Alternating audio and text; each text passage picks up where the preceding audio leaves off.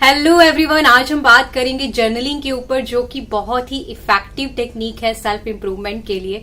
वैसे तो different kind की जर्नलिंग होती है, लेकिन इस वीडियो के अंदर हम 5 टाइप की जर्नलिंग के बारे में बात करेंगे और कैसे उसको और ज्यादा इफेक्टिव बनाया जा सकता है, मैजिकल बनाया जा सकता है, ताकि ये आपके लिए 100% वर्क करे। तो उसके बारे में भी बात करेंगे, कैसे इसको लेटर टू गॉड के साथ एडिशन करें, उस पर भी हम बात करेंगे। मैं खुद 10 ईयर से जर्नलिंग कर रही हूँ, तो हम स्टार्ट करते हैं वन बाय वन। तो फर्स्ट है हमारे पास डी स्ट्रेस जर्नलिंग, जो कि हमें तब हेल्प करती है जब हमारे बहुत सारे थॉट्स चल रहे होते हैं, पास्ट के, फ्यूचर के, नेगेटिव, स्ट्रेस हो रहा है, किसी पर्सन के प्रति गुस्सा आ रहा है, या हमें बहुत ज्यादा थिंकिंग चल रही है। उस केस में जो है वॉमिटिंग कर देना अच्छा होता है। जैसे वॉमिटिंग के बाद बहुत लाइट फील होता है ना, ऐसे वो सारे थॉट्स एक पेपर पे लिख देने से हम अपने मन को खाली कर रहे हैं। ठीक है, उससे क्या होता है, हमें रिलैक्स फील होता है। और अगर हम ये रात को करके सोए कि दिन भर में जो भी बातें आई, अच्छी या बुरी, उसको लिख दें एक पेपर पे और फिर सो जाएं, तो नेक्स्ट डे हम बहुत रिफ्रेश होकर उठते हैं और जिसका बहुत बेनिफिट होता है। बट स्टिल ये एक टेम्परेरी टेक्निक है, इससे आपको कोई सोल्यूशन नहीं मिलता। आप टेम्परेरी टाइम के लिए रिलैक्स हो सकते हो, लेकिन अगर आपने अपनी प्रॉब्लम को सॉर्ट आउट नहीं किया उसके लिए, तो आपको वो जो थॉट्स है वो आप पे वापस से हावी हो सकते हैं। इसलिए वो हावी ना हो, उसके लिए हम जो है लेटर टू गॉड का एडिशन कर सकते हैं। अब ये क्या है, इसको हम देखते हैं। देखो, जब हम जर्नलिंग करते हैं ना, तो उसमें एक ही पर्सन इन्वॉल्व होता है। तो उस केस में हो सकता है आपको सोल्यूशन मिल भी जाए, नहीं भी मिले, वो डिपेंड करता है आपकी माइंड की प्योरिटी और क्लैरिटी पर। लेकिन जब आप वो जो लेटर लिख रहे हो, ये सोच के साथ लिखते हो कि आप वो हायर कॉन्शियसनेस को वो लेटर लिख रहे हो, जो सबसे पावरफुल है और आपको सबसे ज्यादा प्यार करता है, सबसे ज्यादा समझता है, उसको आप ये लेटर लिख रहे हो, उस गॉड को आप लेटर लिख रहे हो। तो वो जो आप लिख रहे हो वो फ्रिक्वेंसी के और वेव्स के रूप में उसके पास जरूर जाता है। ठीक है, क्योंकि हमारा हर जो थॉट है वो ऊर्जा है। वो आप लिख जा रहे हो, लेकिन क्रिएट हो रही है ना ऊर्जा, वो उस पर्सन के पास जरूर जाती है जिसके लिए भी आप क्रिएट कर रहे हो। तो वो गॉड के पास तो इमीडिएट जाती है, क्योंकि सबसे ज्यादा हम कनेक्टेड हमारी हायर कॉन्शियसनेस के साथ है।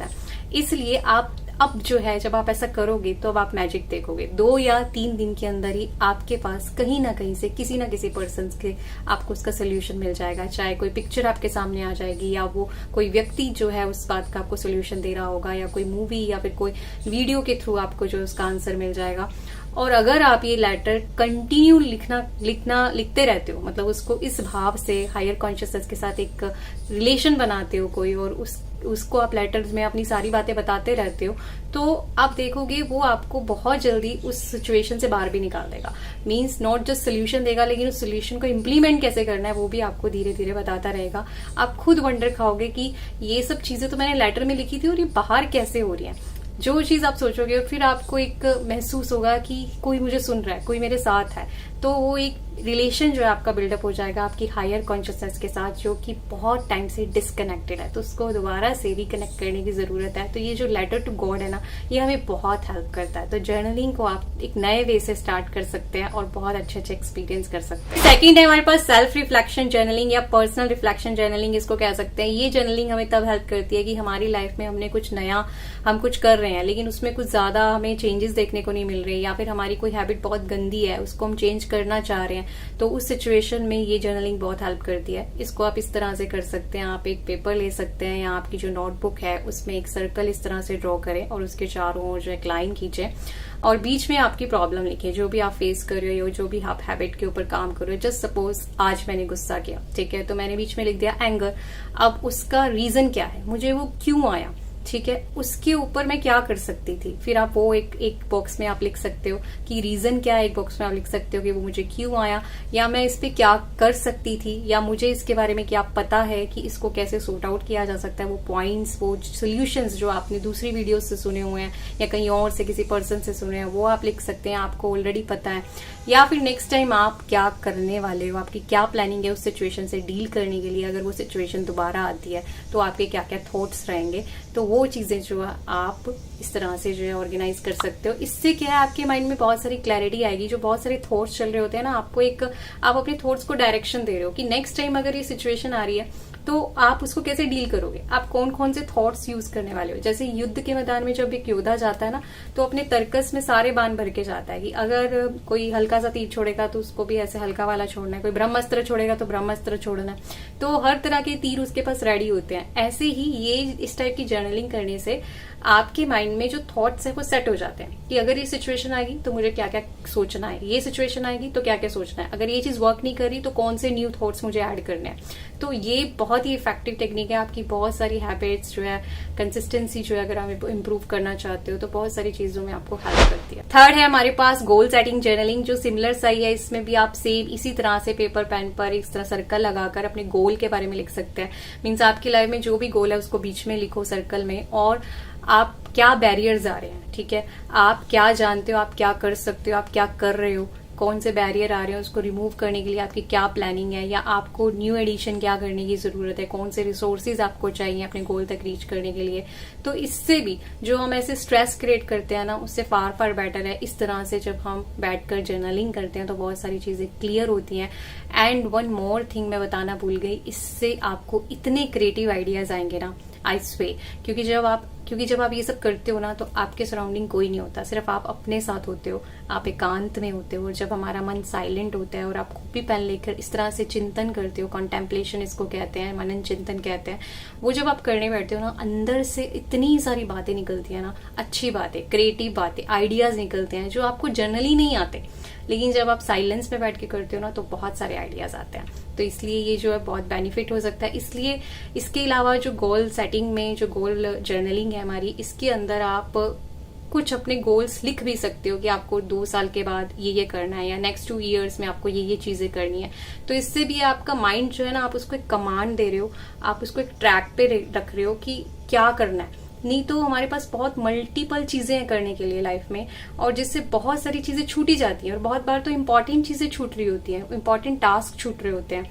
इसलिए इस तरह से मतलब करने से ना गोल को, कि मेरे ये गोल्स हैं, ये मुझे इतने टाइम में करना है, ये मुझे इतने टाइम में करना है, ये मुझे तब कर लेना है, ये सब सेट करने से ना आपके जो ब्रेन है उसको एक वो एक्टिव रहता है, वो अलर्ट रहता है, उसको एक डायरेक्शन मिलती है। अदरवाइज वो पता नहीं क्या क्या कुछ भी करता रहता है और टाइम वेस्ट होता है। नेक्स्ट है हमारे पास ग्रेटिट्यूड जर्नलिंग, जो आप में से बहुत लोग करते भी होंगे और करनी भी चाहिए, रोज करनी चाहिए। इसके मैंने आपको 4 बेनिफिट्स भी पहले बता रखे हैं कि ग्रेटिट्यूड क्रिएट रोज करने से क्या क्या होता है। सबसे पहले तो आपकी एनर्जी क्लीन होती है, आपका जो भी आप काम कर रहे हो उसको एक्टिव होकर करते हो, क्योंकि आप हैप्पी होते हो। जब भी आप ग्रेटिट्यूड क्रिएट करते हो तो आप जो है हैप्पी जरूर होते हो, क्योंकि आप हैप्पी थॉट्स क्रिएट कर रहे हो।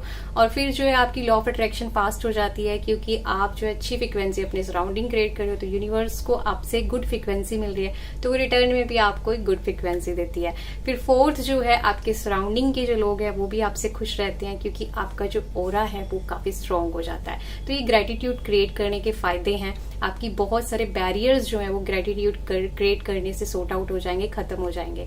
इसलिए इस तरह से कुछ आप ग्रेटिट्यूड की जो चीजें हैं आप लिख सकते हैं, अपने बारे में लिख सकते हैं। जैसे कि कुछ थॉट्स हैं हमारे पास। I am thankful for this beautiful day. I am grateful for food, water, shelter and breathing. Thank you God always being with me. I feel gratitude that I can recognize the beauty of sunrise and nature around me. तो ऐसे आप बहुत सारे जो है अच्छे अपनी family से रिलेटेड, पर्सनल या पर्टिकुलर उस दिन में कुछ अच्छा हुआ उसके लिए, जिसके लिए आप ग्रेटफुल हो, तो वो सारी चीजें लिख सकते हैं। तो जब भी आप ग्रेटिट्यूड जर्नल लिख रहे हो तो आप उसको सेपरेट भी लिख सकते हो, और उसको आप लेटर टू गॉड में ही ऐड कर सकते हो। मीन्स जब भी आप लेटर टू गॉड स्टार्ट करेंगे तो आप जो है ग्रेटिट्यूड से ही स्टार्ट कीजिए कि मैं गॉड इस चीज के लिए थैंकफुल हूँ, लेकिन मेरी लाइफ में ये प्रॉब्लम चल रही है। पहले ग्रेटिट्यूड सारी लिस्ट जो है वो सुनानी चाहिए, क्योंकि जब भी आप अपने फ्रेंड से मिलते हो तो आप सिर्फ उसको अपनी दुखड़े नहीं सुनाते हो, आप उसको अपनी लाइफ में क्या अच्छा हो रहा है वो भी बताते हो। तो इसलिए वो जो है और भी ज्यादा इम्पैक्टफुल लगेगा गॉड को जब आप इस तरह से लेटर लिखते हैं। तो आपका जो ये जर्नलिंग है, 2 जर्नलिंग एक में ही हो जाती है।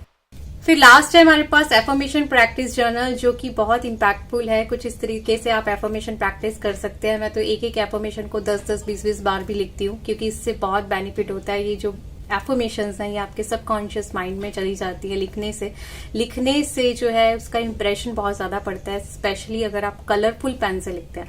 जितना आप कलरफुल पेन यूज करेंगे उतना आपकी जो बुद्धि है ना वो बहुत एक्टिव हो जाएगी उसको रिसीव करने के लिए, और वो बहुत लंबे टाइम तक आपको याद रहती है चीजें। और धीरे धीरे अगर आप कंटिन्यूस प्रैक्टिस करते हो तो वो आपके सबकॉन्शियस माइंड में भी चली जाती है, जिससे आपके बहुत सारे बिलीफ सिस्टम्स चेंज होते हैं, आपकी लॉ ऑफ अट्रैक्शन ज्यादा वर्क करती है, आपकी हैबिट्स के अंदर चेंजेस जो है वो बहुत फास्ट आते हैं।